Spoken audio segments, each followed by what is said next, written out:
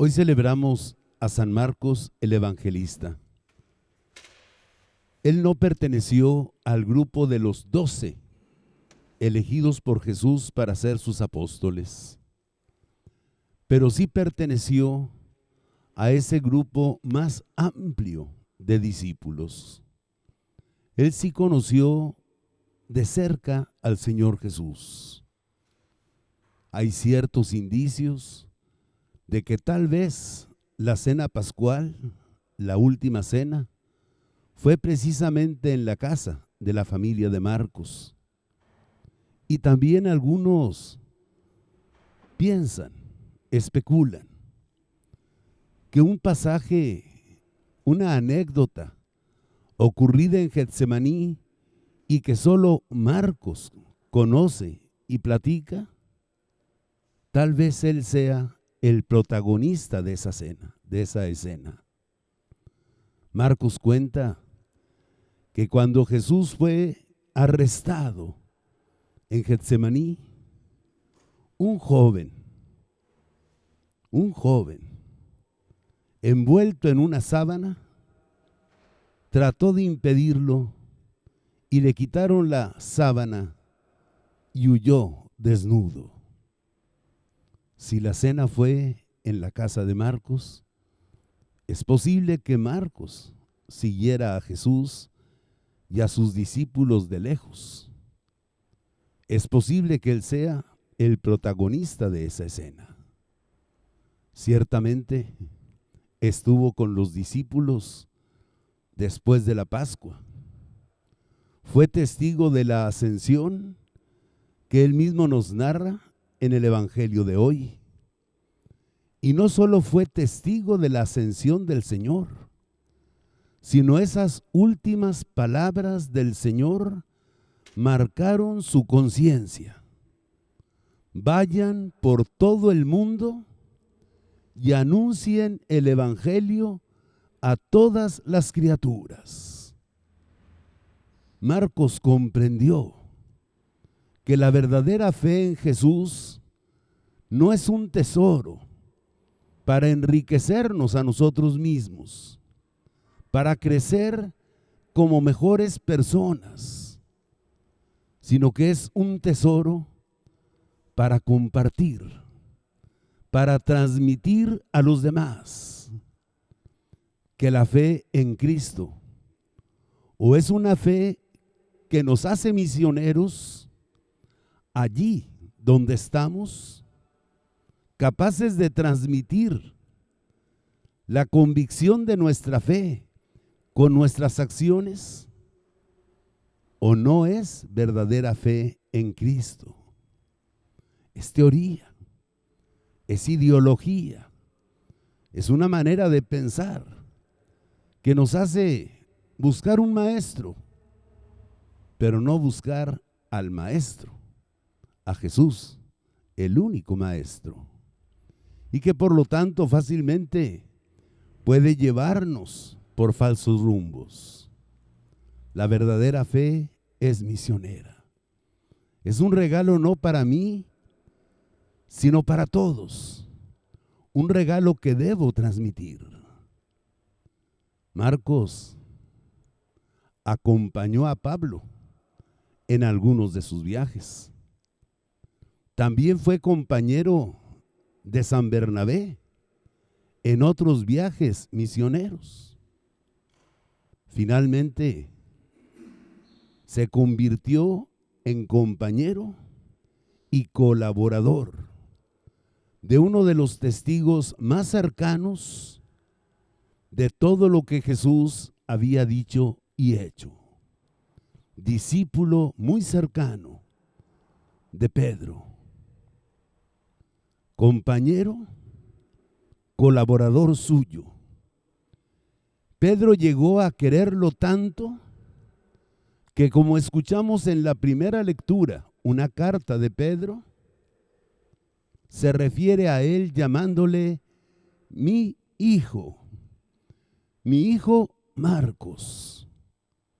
Les he escrito esta carta a través de mi hermano Silvano. Les manda saludos la iglesia de Babilonia en tiempos de persecución, tratando de ocultar dónde se encontraba Pedro. No habla de Roma, sino de la nueva Babilonia, el nuevo centro de un imperio donde existe depravación de las costumbres. La pequeña comunidad de Babilonia les manda saludos junto con mi hijo, no mi hermano, mi hijo Marcos. Llegó a ser muy querido, pues, por Pedro. Su evangelio es el más antiguo, a pesar de que en el Nuevo Testamento ocupa en la enumeración el segundo lugar. Mateo, Marcos, Lucas, Juan. El evangelio escrito más antiguo es precisamente el evangelio de Marcos. Recoge las tradiciones orales de testigos que todavía vivían cuando él escribió su evangelio y que sobrevivieron a su muerte. Recoge sobre todo el testimonio de ese hombre que acompañó a Jesús durante 3 años, el testimonio de Pedro. Fue escrito hacia el año 60. Se calcula que Marcos haya muerto el 25 de abril del año 68, poco tiempo después de haber escrito su evangelio. Esos son los cálculos. Por ser el escrito más antiguo, es también el evangelio que conserva con mayor fidelidad los relatos y las historias acerca de Jesús. Es el evangelio que nos acerca más a las mismísimas palabras de Jesús y a las mismísimas acciones de Jesús. Los siguientes evangelistas trataron de adaptar las palabras y las acciones de Jesús para hacerlas comprensibles a sus lectores. Marcos conserva las mismísimas palabras, las mismísimas acciones. Es un evangelio muy pequeño. Es un evangelio escrito en un lenguaje muy cercano, muy familiar. Es un evangelio que fácilmente podemos alcanzar a leer en 1 o 2 días. Su lenguaje sencillo y familiar, en que nos relata la experiencia de Jesús, es fascinante. Es fascinante. En él se basarán tradiciones posteriores que retomará Mateo, Lucas, y que Juan elucubrará más desde un punto de vista teológico. Marcos nos acerca más a la figura histórica de Jesús que a la teología acerca de Jesús. En el Evangelio de Marcos se subraya algo que Pedro experimentó y que nunca pudo olvidar. Jesús era manso y humilde de corazón. La humildad de Jesús. Pedro nos dice en su carta que hoy leímos, en su trato con todos, sean humildes. El Señor ama a los humildes. El Señor siente rechazo hacia los soberbios. Pedro tuvo oportunidad de conocer la humildad de Jesús, el que, siendo hijo, se comportó siempre como siervo, no como un hijo que desea privilegios de parte de su padre, sino como un siervo que toma tan en serio los proyectos de su padre que es capaz de hacerse pedazos por ellos. Sean humildes. Jesús era humilde. Cuando alguien le decía, tú eres el Mesías, el Hijo de Dios, los hacía callar. No lo digas a nadie. Te pueden malentender. Pueden entender que este es un proyecto para ganar fama, para ganar prestigio. Un proyecto de tipo político. No se lo digas a nadie. Cuando hacía un milagro, les decía a los beneficiarios, no le cuentes a nadie las maravillas que ha hecho el Señor en tu vida. No le cuentes a nadie. Los milagros no son para hacer propaganda. Los milagros no son para hacer proselitismo. Yo no quiero que la gente me busque porque anhela un milagro. Yo quiero que la gente se acerque a mí para que escuche mi palabra, vea mi ejemplo y sepa que yo soy el camino que lleva al Padre. El camino que lleva al Padre. Otra cosa que impresionaba a Pedro, aparte de la humildad de Jesús, era su confianza plena en Dios. Ahí sí, era la confianza de un hijo que se sentía suma e inmensamente amado por su padre. Un hijo amado. Un hijo que puede confiar ciegamente en su padre. Pedro escribe, pongan todas sus preocupaciones en manos de Dios. Él está siempre cerca de sus fieles. Que nada los estrese, que nada los angustie, que nada los deprime, que nada los traiga asustados, que nada los tenga preocupados. Pongan en manos del Padre todas sus preocupaciones. Él siempre, aun en los momentos más difíciles, aun en la cruz, está cerca de sus fieles. También Pedro, por su experiencia personal de vida,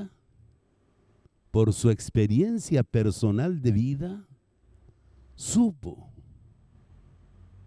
que había un enemigo que nos acosaba, que trataba de hacernos caer, que trataba de hacernos dudar, que trataba de hacernos vacilar, que trataba de manipular nuestra fe para desviarnos del camino. Pedro fue tentado. Él experimentó la tentación y cayó en ella. Un día vio a Jesús caminar sobre el agua y luego levantó la mano. Maestro, yo también quiero caminar sobre el agua. Yo también. Ándale. ¿Ven? Empezó a caminar con fe, pero de pronto le entró el miedo y se hundió. La tentación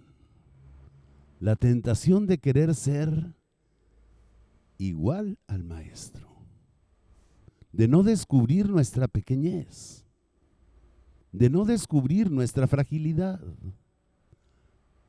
la fragilidad de nuestra fe. Cuando Jesús anuncia su pasión, su muerte, Pedro acababa de confesar: tú eres el Mesías, el Hijo de Dios.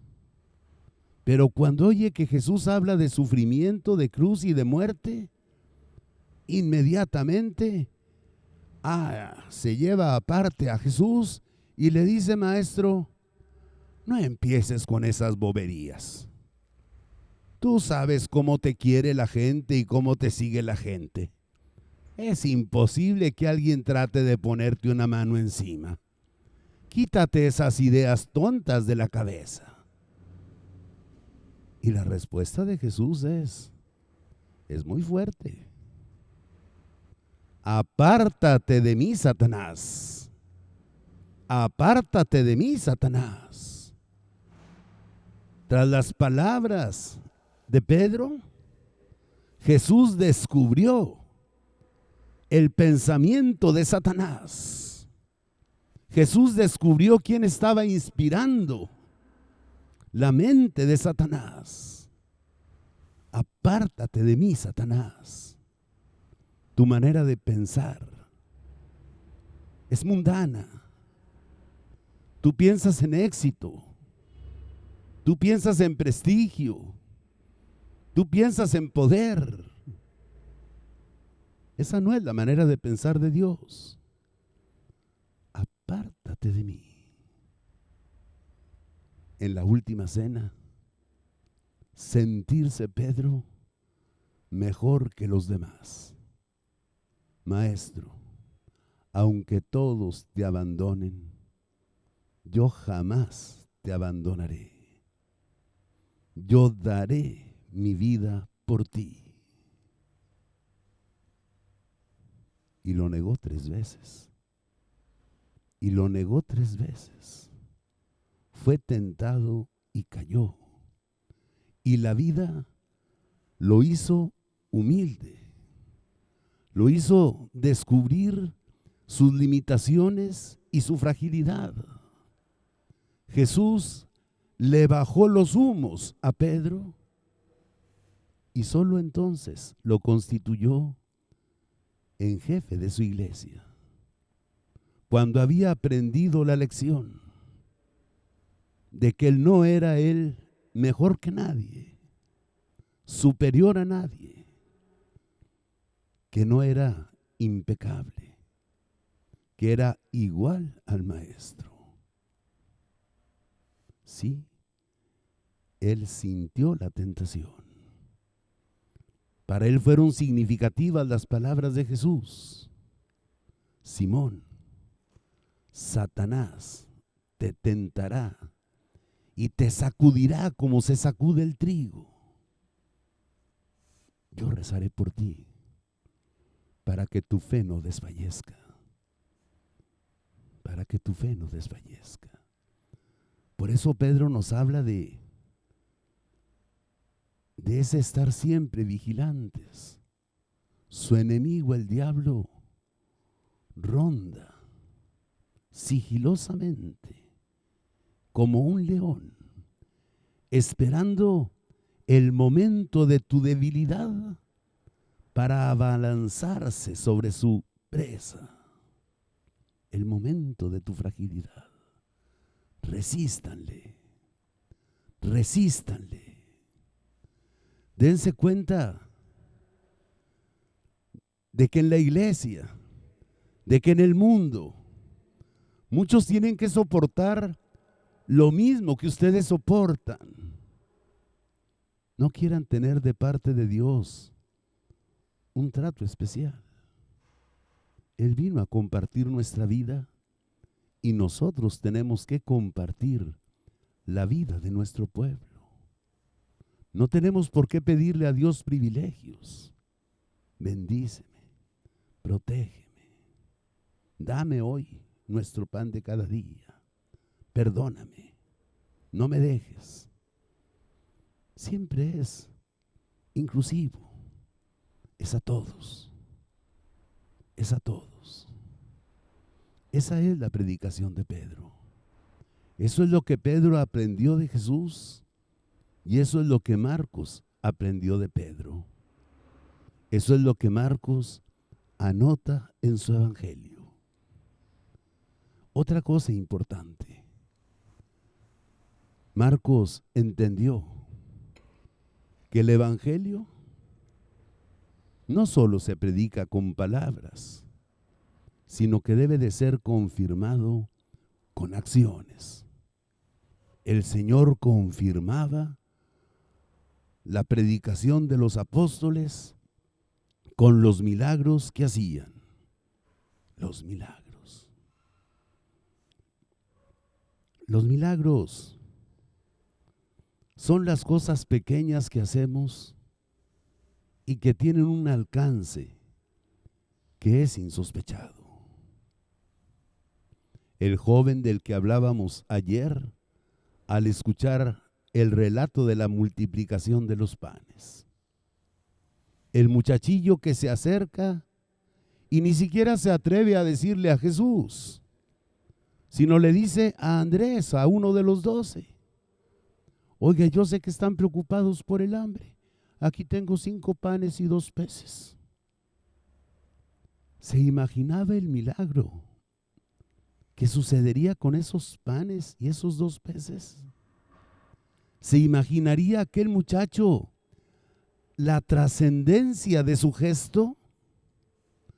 Se imaginaría el muchacho que con eso que él daba, con ese poquito, saciaría el hambre de más de 5,000 personas. A veces, haciendo cosas pequeñas, hacemos cosas maravillosas. A veces hablo con personas de mi vida pasada, con personas que me conocieron de niño, de adolescente, de joven, de seminarista, de sacerdote.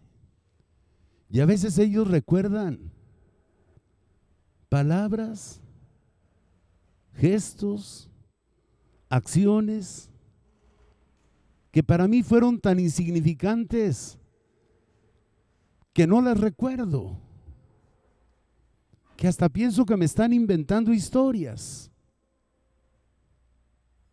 pero que para ellos tuvieron un impacto demasiado fuerte en su vida, demasiado fuerte en su vida.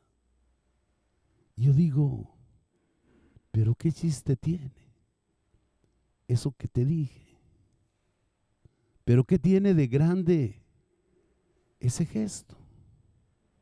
¿Se acuerda cuando usted era rector del seminario e íbamos bajando de la capilla al comedor y yo me tropecé con la sotana y usted se apresuró a detenerme y me dijo, cuidado, hijito, cuidado, hijito? Era un seminarista más grande que yo. A mí me hicieron rector joven y ya era un profesionista grande que había entrado al seminario. Me llamó hijito. Eso a mí me causó tanto impacto. Eso a mí nunca se me olvidó. Con tan poca cosa. Esos son los milagros. Esos son los milagros. Esa sonrisa. Esa palmadita en el hombro. Ese advertirle a alguien, cuidado, cuidado, cuidado. Eso. Comprobar, confirmar nuestra fe con acciones sencillas a través de las cuales Dios opera el milagro. Opera el milagro. Los milagros de Jesús. Tomó tantito barro del suelo, hizo lodo con su saliva, se lo embarró en los ojos y le dijo, vete a lavar a la piscina. Y volvió a ver. Jesús dijo, ah, caray, ¿pero qué hice? ¿Fue la saliva, fue el barro, fue el agua? No, fue tu gesto de cariño. Dios hace milagros con nuestras pequeñeces. Hermanos y hermanas, los invito a que ahorita que tienen tanto tiempo libre por este recluimiento, agarren el Evangelio de Marcos, léanlo. Le da mucha importancia a la pasión del Señor, mucha importancia. Para él, la primera profesión pública de fe en Cristo como hijo de Dios fue la del centurión. Al verlo morir, el centurión exclamó: verdaderamente, este no era un criado, este era hijo de Dios. Mateo matizará: cuando Jesús murió, la tierra tembló y los muertos salieron de sus sepulcros. Y el centurión, al ver lo que estaba pasando, dijo: verdaderamente este era el Hijo de Dios. Y Lucas lo mitigará más. Cuando el centurión ve morir a Jesús, lo único que dice: de verdad este hombre era justo. No era hijo de Dios, era justo, era un hombre bueno. Pero Marcos da ese testimonio. En la humildad se muestra la grandeza de Jesús. En la pequeñez se nota la inmensidad de Jesús. En la impotencia de la cruz se manifiesta el poderío de Dios, el poder del amor que salva. Lean ese Evangelio, se los recomiendo.